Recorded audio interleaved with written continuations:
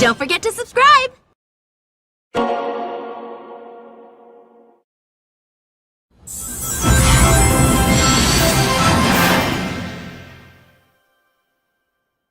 We're at the last part of the Sonic X review. This is the Metarex Saga So Long Sonic. After a battle with the Metarex, the Chaos Emeralds were scattered once again. And it was up for Sonic and the others to recover the Chaos Emeralds. And to defeat the Metarex before time eventually has run out. Because the Chaotix arrive on the Blue Typhoon once again. Observing Tails and Cosmo's friendly chat, Vector is convinced of Tails' feelings for her. In an attempt to support Tails, Vector calls a late bloomer.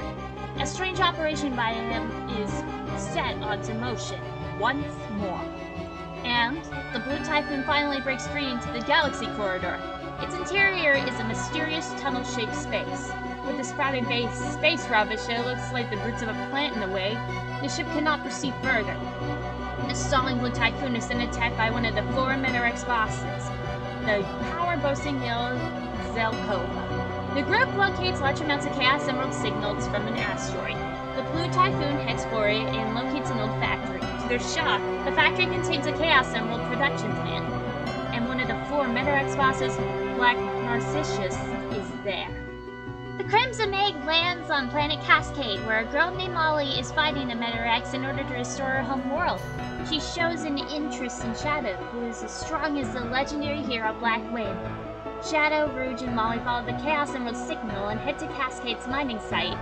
But this is where they learn that one of Molly's comrades could potentially be working for Metarex. The Blue Typhoon is boarded by Chris and encounters a trio of Marmolians, Momo, Lou, and Myra, who possess the Chaos Emerald. Instead of securing the Chaos Emerald, Sonic and his friends return to the trio ship to their home planet, Marmolian, where the group is struck with a disease that encases its own planet. And Sonic and his friends rescue a mysterious spaceship chased by the Metarex, but it turns out that the ship's pilot was Eggman's robot helper Deco. Then a Metarex fleet attacks Sonic's group. To their shock, Eggman and the Metarex join forces. The Chaotix Detectives group opens a cafe on some planet in the Metarex space. On that same day, a new guest makes a visit there. However, the guest they got this time around was Eggman, who just assumed the role as one of the 4 Metarex bosses. Chased by the Metarex, the Blue Typhoon suffers a blow-up from Yellow Zelkova's surprise attack and lands on planet Thunderbolt. None of the attacks appear to land on Yellow Zelkova. In the midst of the fierce fight, Sonic and Chris are hurled away, which is where they find a potential solution to Yellow Zelkova's seemingly invincible state. An intruder comes on the Blue Typhoon, turning out to be Shadow, who is aiming to kill Cosmo. Tails is in its desperate struggle to protect her, but Shadow drives the two in a corner. Sonic and his friends learn that Cosmo has been used by Dark Oak as a living spy tool to transfer everything she saw and heard to him. They're shocked by this, but when Cosmo attempts to leave the group, they stop her and swear that they will do their best to fight together. Before we can get into the last few episodes, let's go over the characters and personalities.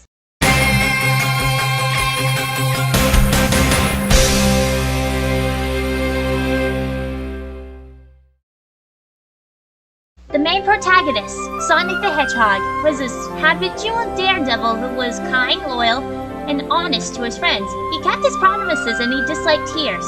He took Tails under his wing like a little brother, and he would most likely seem for nothing, running towards an adventure or thwarting Dr. Eggman's attempts at world domination. In times of crisis, though, he is focused intensely on the challenge as if his personality has undergone an astonishing change, and mostly he's fearless. Tails is Sonic's loyal sidekick. He's very intelligent and acts very kind and friendly to others, and as well as humble and innocent. Tails is also shown to be rather shy, and he often had a little confidence in the beginning of the series as he depended on characters, especially Sonic, to help him in times of need.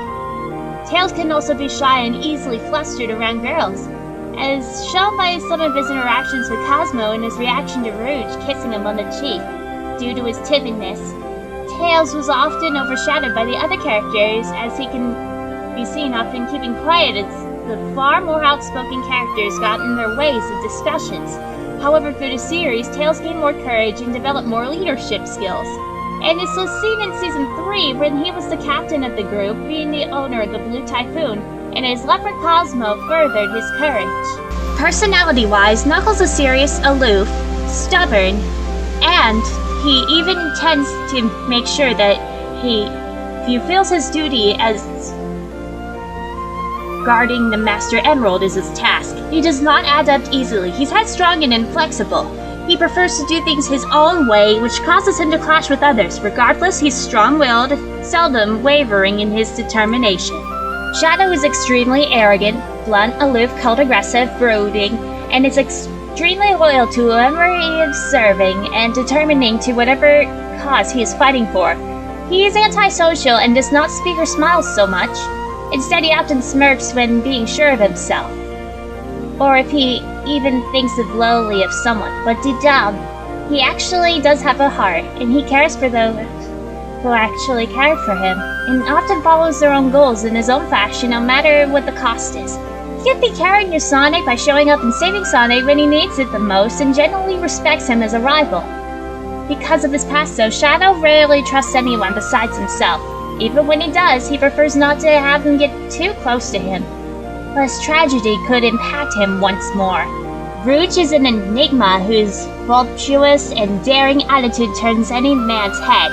Her policy is that duty comes first, but she has a huge interest in jewels. Rouge is very confident and sometimes brags about her skills and looks. She also enjoys taunting her opponents during a fight. Her figure, speech, and behavior masks her true identity. She is very secretive about everything and very little, and actually ever has been disclosed about her. She would often switch sides, whether they're good or bad, to confuse them. Dr. Eggman is a power-hungry megalomaniac who wanted to conquer the world. Despite having a few evil moments, he is considerably more lucid and overall sympathetic than in most other zones.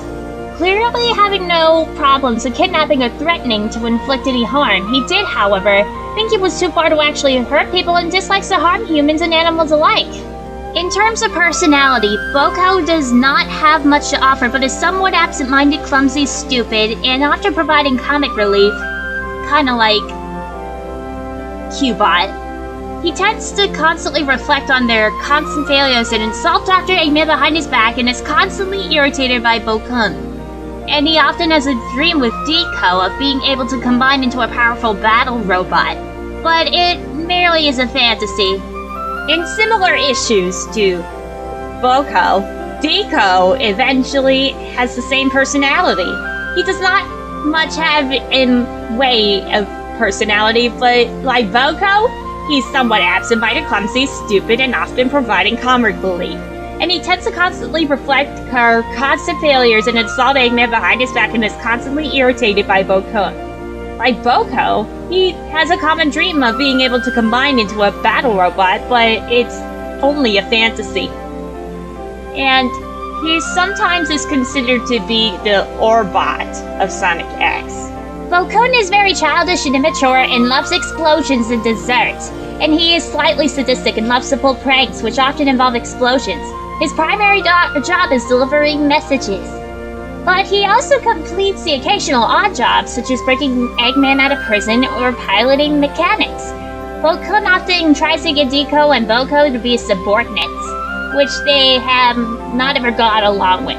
He even activated ML with the intention of being able to boss him around.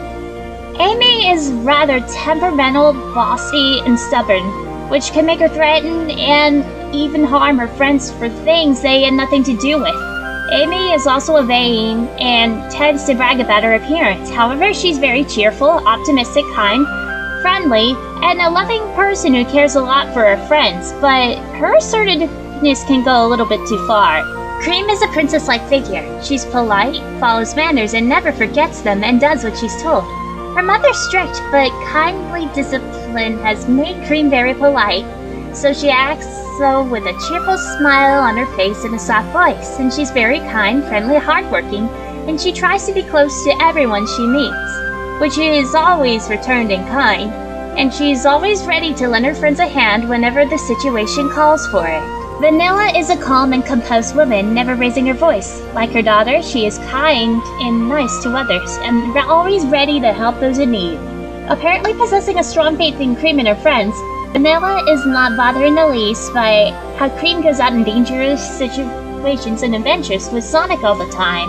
Vic is always relaxed and easygoing, however, he's rather slow and not very sharp-witted. He spends both of his days in his carefree and peaceful bliss fishing together with his friend Froggy, and he finds joys in the simpler things in life.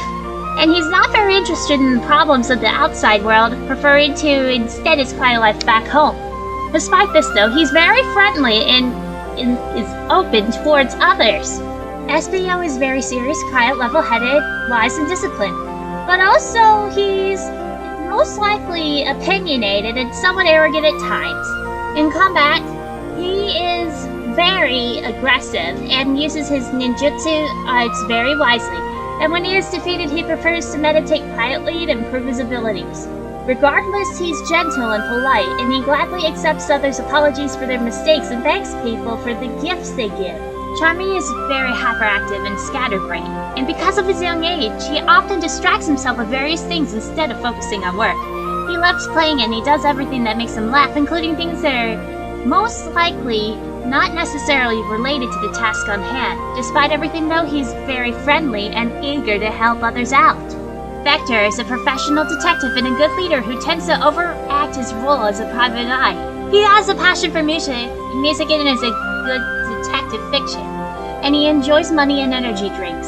And although he can occasionally act rough and harsh towards Charmy for picking on him and being annoying deep down, he has a kind heart and is always prepared to lend a hand for those in need. And while generally taking any job that he pays, he avoids illegal work. And he even somewhat of a romantic, describing himself as a secret veiled softy, and once tried out the task of a love detective. Cosmo is a kind and gentle sea dream, although she often feels guilt, anger, and overwhelming sadness due to being unable to save the rest of her kind from destruction at the hands of the Metarex. She also seems to suffer from low self-esteem, often calling herself unworthy or blaming herself for the hardships that she and her friends had to endure. She can be somewhat clumsy a little bit, and she even makes sure that she can be quite remorseful, and she will often rush headfirst into the danger with a little sense of self-preservation, even into situations that she knows which was a trap, which can be put down to her survivor's guilt, spurring to her sacrifice anything to atone for saving herself, while her family perish at Dark Oak's hands. Cosmo strongly hates violence and the need for conflict in life, and like her father, Lucas, in many ways, but unlike him, acknowledges that fighting is sometimes necessary and that struggle and conflict are also necessary able to achieving a better future. Good work. I think it's time we get on to the spoiler section now. Ah, spoiler alert!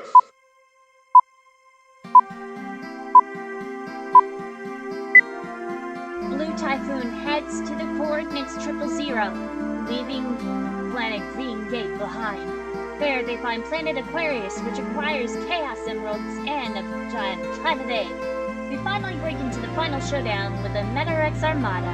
Chris and the others stake everything on the Master Emerald to recover a hopeless situation. Their plan is to strike the Chaos Emeralds from the Master Emerald's energy via the Sonic Driver's mechanism. Shadow and the Chaotix join their group as well and initiate the operation while forcing back Final Moe as attacks the best they can. In the midst of the fight, Evan informs Chris the shocking truth that will change everyone's lives forever. Final Mova turns into a giant net-like entity.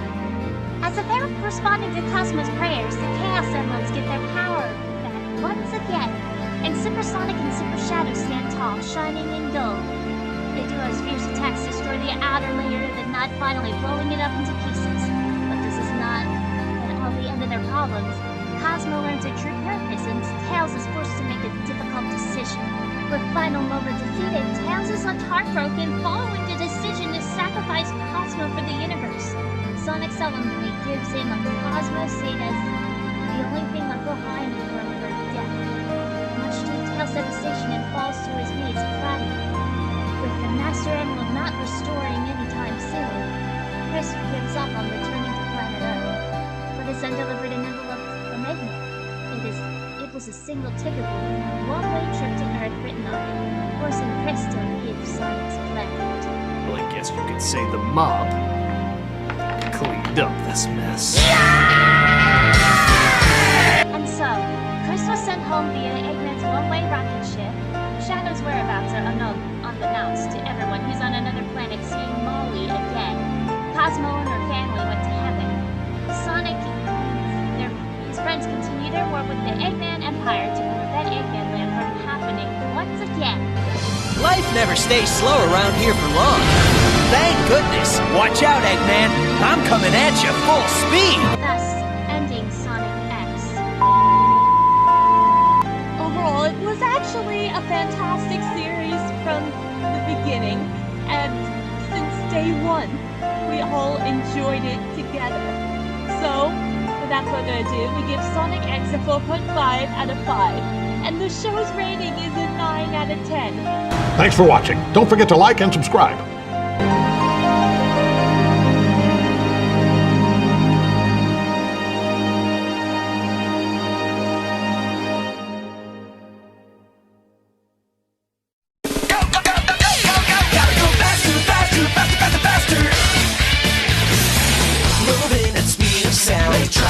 Hedgehog around, got ourselves in situation, stuck in a new location. Sonic, he's on the run. Sonic, he's coming next, so watch out for Sonic X. Sonic, gotta go fast, gotta go fast, gotta go faster, faster, faster, faster. Sonic X.